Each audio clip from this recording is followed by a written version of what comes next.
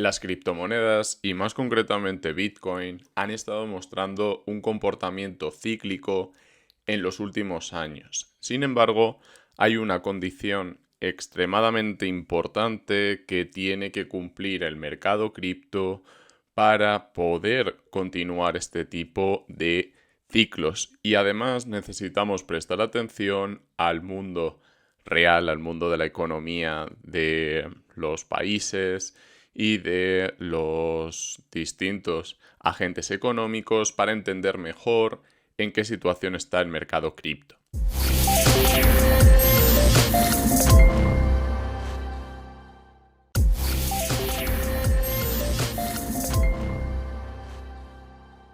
Os recuerdo que nada de lo que comente constituye asesoramiento financiero ni consejo de inversión, por lo tanto, debéis hacer vuestra propia investigación. Estamos en el gráfico de Bitcoin en escala semanal y como podemos ver, si hacemos un poco más de zoom, tenemos un comportamiento bastante cíclico de subidas, bajadas y es un comportamiento que se va repitiendo aproximadamente cada 4 años.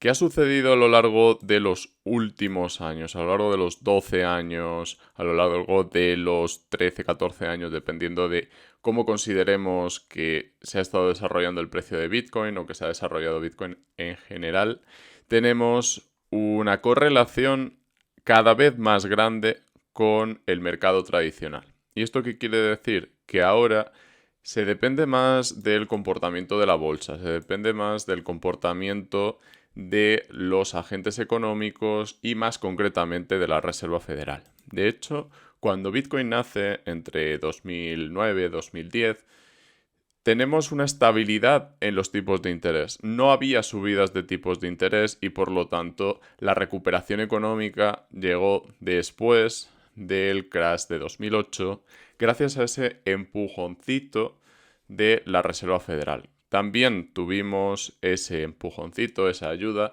después de la burbuja de las .com y también llegamos a ver ese empujoncito en 2020. Motivo por el cual Bitcoin tuvo unos vientos de cola muy interesantes que básicamente se resumen en dinero barato. Facilidades para endeudarse, facilidades para apalancarse, facilidades para invertir en activos que tengan mayor riesgo. De hecho, yo entré en Bitcoin en los 7.000.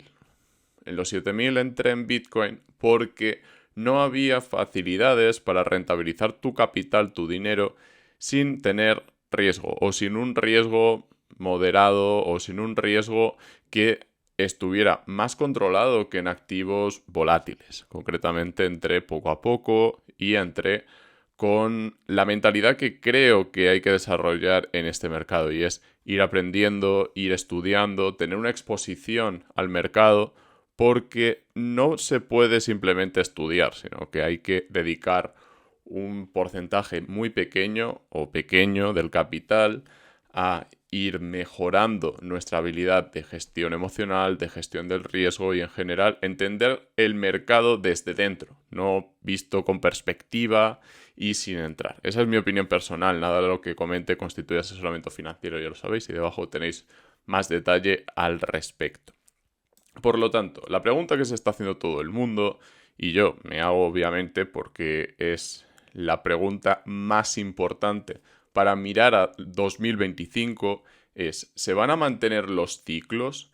¿Qué ha cambiado para que no se mantengan los ciclos? Debemos recordar que los bancos centrales, concretamente la Fed en Estados Unidos y también el Banco Central Europeo, el Banco Central de Hong Kong y otros bancos centrales, están siendo agresivos en cuanto a dar facilidades o retirar facilidades. Están retirando facilidades y por lo tanto estamos ante un escenario de política monetaria restrictiva. ¿Y qué implica una política monetaria restrictiva? Que no es tan fácil invertir, especular, entrar en el mercado cripto, entrar en cualquier tipo de mercado. De hecho, cuando entró el ciclo de 2016, también teníamos subidas de tipos. En 2017 también. Sin embargo, cuando se puso el mercado más complicado fue cuando ese efecto acabó golpeando. Hay un pequeño retraso. Es decir, se suben los tipos de interés y después llega al mercado cripto, después llega a las bolsas, después acaba generando ese impacto negativo.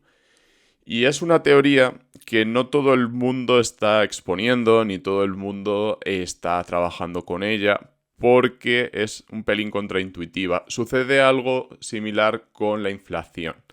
Lo intuitivo sería pensar, si hoy suben los tipos de interés, hoy va a caer el mercado. Sin embargo, ayer vimos que el mercado subió, aún teniendo un tipo de interés más elevado. Por lo tanto, ¿es un poco contraintuitivo? No. Es una cuestión de expectativas. Si la expectativa se satisface, lo normal es que haya una estabilidad o que al menos haya un respiro. Sin embargo, los fundamentales acaban revelándose a medio y largo plazo. Motivo por el cual considero que es tan interesante entender la tecnología de Bitcoin, entender criptografía, por qué necesitamos criptografía, cómo se ha ido desarrollando la criptografía, qué relación hay entre criptografía y sistemas de cómputo electrónico con respecto a otros sistemas de encriptación más tradicionales como el sistema de César. Por lo tanto, todo ello nos lleva a punto número 1, entender mejor este mercado, pero entenderlo también queriendo ganar dinero. Entonces necesitamos una estrategia. ¿Qué estrategia se puede implementar? Muy bien, aquí es donde llega lo interesante, porque efectivamente tenemos una acumulación que llevó a una distribución y según la teoría de acumulación-distribución propuesta por Wyckoff y también desarrollada por otros autores, podríamos ver incluso una distribución que por punto y figura nos llevaría a puntos más bajos, ¿vale? Nos llevaría al entorno de los 13.000, 14.000. Si medimos esta zona de mínimo a máximo y buscamos incluso un retest en antigua resistencia, retest que no se llegó a producir en el pasado.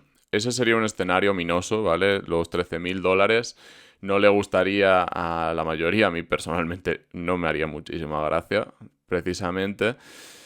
Pero el análisis técnico sirve para hacer este tipo de planteamientos. Puede que desde aquí se dé la vuelta, puede que lo más importante sea la media móvil de 200, pero si tenemos este escenario sobre la mesa, ajustado por la evolución de la inflación y ajustado por imprevistos que efectivamente han cambiado nuestro punto de vista, es cuando debemos reconocer que la estrategia tiene que cambiar. No puede cambiar por algo que sea banal, como me he levantado de mal humor o siento que hay un cambio. No, tiene que haber un cambio real. Y el cambio ahora mismo se llama subidas de tipos de interés, que me parece más significativo incluso que la inflación, ya que la inflación tiene un problema muy grave de concepto. Para mí, inflación es imprimir y devaluar la moneda. Devaluar en el sentido de que puedas comprar menos con esa moneda. Pero a lo largo del tiempo tenemos distorsiones que son muy difíciles de medir, son muy difíciles de gestionar y son muy complejas a la hora de entender esos mecanismos. Porque no es lo mismo imprimir dinero hoy y que tenga un impacto mañana a imprimir dinero hoy y que tenga un impacto hoy. En algunos países, en algunas economías, el impacto es muy inmediato o relativamente inmediato. Pero en otros casos no es tan inmediato. Por lo tanto, ahora mismo, ¿qué tenemos? Subidas de tipos de interés, posible recesión económica, bolsa americana en mercado bajista, según sus estándares. Y la bolsa americana no entró en mercado bajista en noviembre de 2021, que fue cuando Bitcoin empieza la caída, sino que la bolsa americana ha entrado en mercado bajista aquí, cuando Bitcoin ha perdido zonas que eran tremendamente importantes, como los $30.000, los $28.000. Os recuerdo que hablábamos de un rango entre 28.000 y 32.000 que ha acabado rompiendo a la baja y ahora está luchando con las medias móviles de 200 e incluso la media móvil exponencial de 200. Es una media móvil que se adaptaría un poquito mejor a la situación por cómo se construye una media móvil exponencial. Y como poca gente está hablando de la media móvil exponencial de 200 y tanta gente está hablando de la media móvil de 200, media móvil simple, vamos a marcar las dos y vamos a hacer una comparativa con una perspectiva más amplia. Concretamente, la media móvil exponencial de 200 periodos nos sirve para marcar un rango que tiene mucho en cuenta el tiempo, porque la media móvil exponencial es más sensible. Por lo tanto, hay un punto muy interesante que considero muy atractivo comentar, y es cómo el precio de Bitcoin, cuando rompe la media móvil exponencial, que lo vamos a cambiar de color, vamos a poner que sea negra, ¿vale? Cuando rompe la media móvil exponencial, suele tener este tipo de rebotes, ¿vale? Y cuando suele tener rebotes que tienen también una caída muy fuerte, que es lo que estoy comentando últimamente con más frecuencia y están comentando otros creadores de contenido. Tenemos 25%, tenemos varias caídas que están por debajo de la media móvil de 200. Tendríamos un 30%. Hay varios métodos de cálculo que nos llevarían básicamente a promediar o a estar pendientes de toda esta zona, ¿vale? Incluso hasta los 12.000. Y sí, podría llegar más abajo, no hay que descartarlo. Cuando un mercado está en caída libre, podríamos llegar incluso a extremos que nadie se esperaba. Incluso a precios de liquidación que nadie esperaba alcanzar. Entonces, cuando se llega a precios de liquidación o incluso se llega a stop loss, no hace falta ir a precios de liquidación, algo un poco más agresivo, un poco menos probable, ahí es donde empezamos a ver caídas fuertes. Incluso podríamos llegar a ver 35 o 40%, como hemos estado viendo desde la media móvil exponencial, y que incluso después se cerrará por encima. Efectivamente hemos visto cierres por debajo, que han estado muy cerca también, y no habría que descartar nunca esa zona de soporte, ¿vale? No habría que estar tan pendientes como para decir, ha cerrado por debajo, voy a venderlo todo porque es una métrica que no había fallado nunca.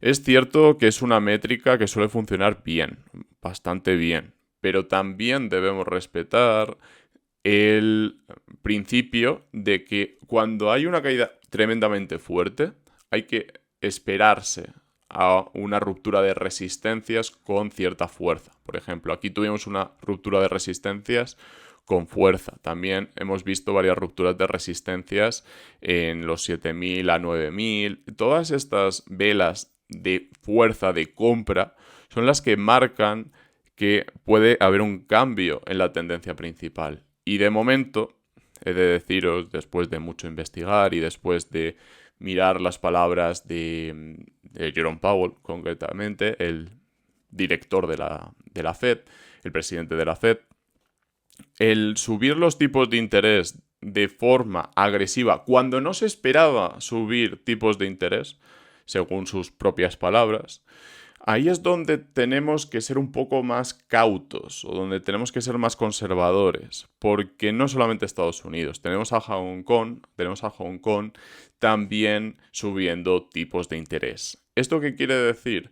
Que no es solamente Estados Unidos, que no es solamente América, no es solamente una región geográfica o una zona económica, un bloque económico. Podríamos incluso extendernos a la OTAN, podríamos extendernos incluso al hemisferio norte frente al hemisferio sur.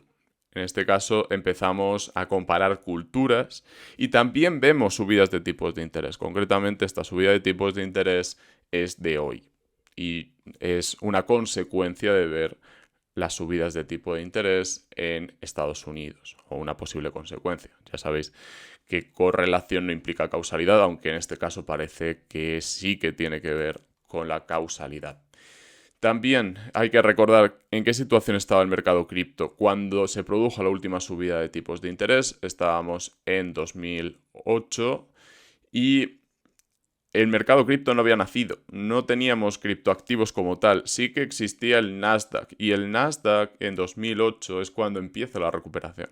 Después de 2007, después de una serie de reajustes rápidos, empieza la recuperación, pero empieza de la mano de facilidades financieras. No se nos puede olvidar, porque si vamos hacia una recesión o hacia un mercado bajista en el cual no hay facilidades financieras, todo lo contrario, en vez de comprar activos, en vez de comprar bonos, están vendiendo activos, están reduciendo su balance, cuidado, porque hemos cambiado el estándar que tenemos de medir una recesión, una crisis económica. Nos tendríamos que remontar a 1970, nos tendríamos que remontar a otras subidas para entender mejor esta situación. De hecho, 2004 a 2006 fue una época de subidas, pero para Bitcoin, que es un poco lo que queremos analizar, tenemos subidas y hay dos escenarios. También sube Bitcoin en un escenario de subidas de tipos de interés y también baja con fuerza cuando ya se ha interiorizado ese coste, cuando ya hay más miedo a generar retornos de forma arriesgada, cuando se pueden generar retornos de forma más conservadora. Por eso en 2018 vimos esta caída. Se retiraron otro tipo de estímulos. Se tenía miedo a que subieran tipos de interés como para tomarse en serio el control de la inflación. Y en estos momentos estamos viendo que la inflación se ha disparado. Eso es más cierto que las especulaciones que había en 2018.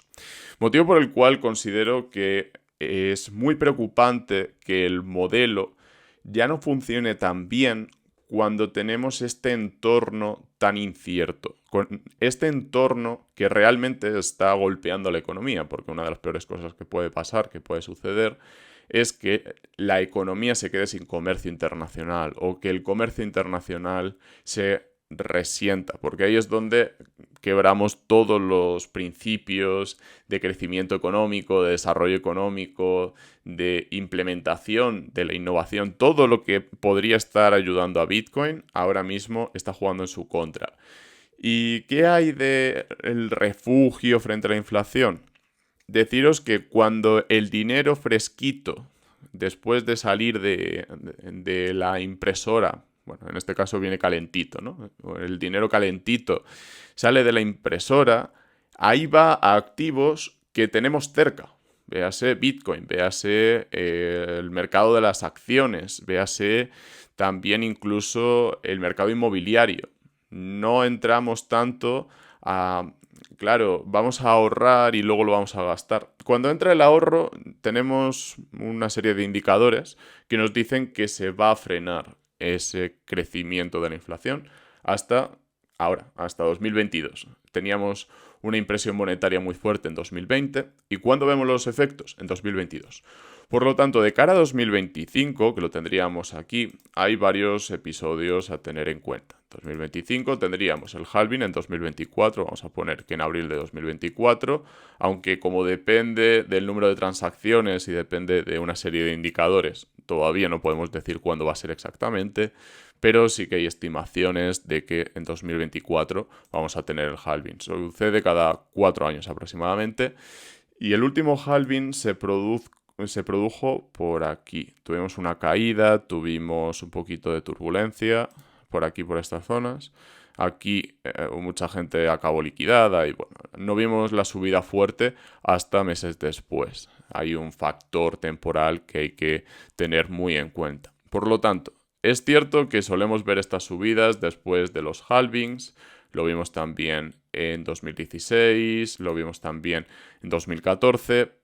Sin embargo, lo que está cambiando es que ya no es tan necesario buscar activos de riesgo. Ya hay mucha gente que no tiene tanta preocupación por los activos de riesgo. Si nos vamos también a 2012, tenemos esa subida, ¿vale? Derivada, entre otras cosas, del halving.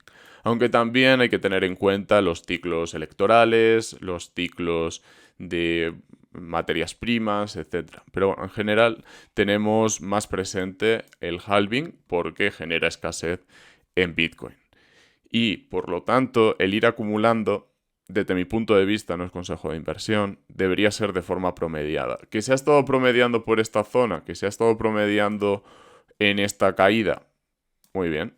Ahora hay que sentarse y preguntarse, ¿empiezo de cero? ¿Tengo que cortar pérdidas porque debo hacer frente a algún gasto imprevisto? ¿Tengo que pagar impuestos?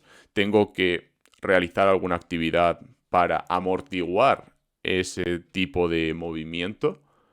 Ahí es donde hay que pararse a pensar no tanto en qué va a pasar con Bitcoin o qué va a pasar con el mercado cripto, sino en cuanto a qué sucede con mi situación económica. Es una reflexión individual que cada uno tiene que hacer. Y además de esa reflexión, hay que mirar al mercado en general y decir en qué momento estamos, cómo va el mercado, porque efectivamente en los últimos días Bitcoin ha caído más que el resto, de hecho ha caído bastante más que XRP. XRP cayó en los últimos 7 días un 21%, mientras que Bitcoin ha caído un 30%, Ethereum ha caído con más fuerza que Bitcoin y que XRP, ha caído un 38%, y activos como Cardano han caído un 24%. Incluso hay algunos que se mantienen relativamente bien, todo lo bien que se puede mantener un activo, como pueda ser un activo criptográfico en este entorno, como pueda ser OKB, que es el token de OKEX, o tokens que tienen un poco más de fuerza o tienen mayor descorrelación.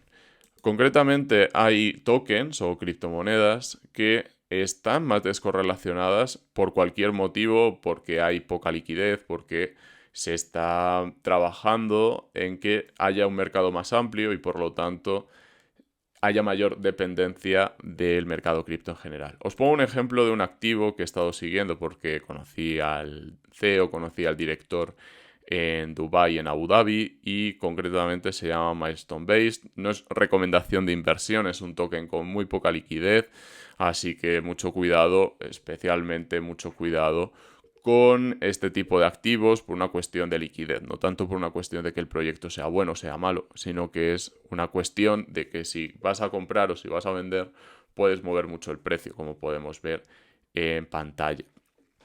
En Milestone Based hemos tenido subidas y bajadas descorrelacionadas del mercado cripto. También tenemos otros activos como el CVI que han estado bastante descorrelacionados o que no caían cuando caía el mercado, sino que subían porque subía la volatilidad. Yo he tenido ambos activos, he tenido Milestone Based y he tenido de volatilidad. Sin embargo, no me termino de fiar de este activo que os voy a comentar ahora. A largo plazo, puede ser interesante el trabajar este tipo de inversiones a largo plazo. Sin embargo, debemos recordar que cuando Bitcoin no tiene fuerza, cuando Bitcoin está en caída, es probable que las altcoins no suban con tanta fuerza, incluso que las startups no tengan tanta atención. Entonces, si queremos mayor correlación, necesitamos marcar una serie de objetivos, como pueda ser acumular después de que cambie la tendencia, que personalmente considero que es una muy buena idea a pesar de que haya que esperar más y a pesar de que compremos más arriba o se compre más arriba, pero sí que nos da un poquito más de tranquilidad a la hora de ir con la tendencia y no contra la tendencia. También es relevante pensar en otros activos que puedan estar descorrelacionados, como el índice de volatilidad de Bitcoin, que como veis está muy descorrelacionado, ha estado subiendo de hecho, cuando el mercado cripto, el mercado de Bitcoin en concreto, ha estado en una tendencia bajista. ¿Vale? Aquí hemos visto una subida. Yo compré por esta zona porque tiende a revertir a la media. El problema que tiene este índice es que las subidas y las bajadas las contabiliza de una forma un poco impredecible, pero sí que es cierto que si se compra en un soporte o se compra en una zona donde el índice está infravalorado, tiende a ir a una zona de sobrevaloración y por lo tanto puede haber activos como el que veis en pantalla, como el Bitcoin Historical Volatility Index, el BVOL, ¿vale? BVOL, que veis aquí en pantalla, y por lo tanto hay oportunidades de todos los colores. Del índice de volatilidad no me termino de fiar porque ya digo, no me encaja tan bien ese tipo de cálculo, pero es una oportunidad más a tener en cuenta. También es importante pensar en el corto plazo para optimizar nuestra cartera. Puede haber oportunidades a corto plazo, puede haber oportunidades a medio plazo, puede haber oportunidades a largo plazo. Y concretamente, si comparamos a Bitcoin con el Nasdaq, Bitcoin ahora sí que ha perdido un soporte relevante. Llevaba tiempo sin hacerlo y ahora sí que ha perdido un soporte relevante. Y además, de nuevo, se respeta el principio de que las medias móviles de 200 periodos sirven como soporte, pero insisto, suele haber también caídas muy grandes desde dicho soporte. Aquí agradecer a Crypto, a Chris, que lo ha estado comentando. Tenemos 6%, bueno, esta es muy pequeña, pero si nos vamos a 2020, las caídas son bastante grandes, son del 29%, insisto, comparando a Bitcoin con el Nasdaq. Aquí también tenemos una caída que sí, luego se recupera muy rápido, pero son movimientos a tener muy presente y también lo quería matizar porque hablé mucho de la media móvil de 200 y lo comenté como simplemente un apunte histórico, un apunte estadístico y ahora lo quiero trabajar un poco más. No tanto en cuanto a que lo toque y ya rebote, sino que no esté mucho tiempo por debajo de ese nivel, que cuando pierde la media móvil de 200 haya muchos compradores que impulsen el precio hacia arriba.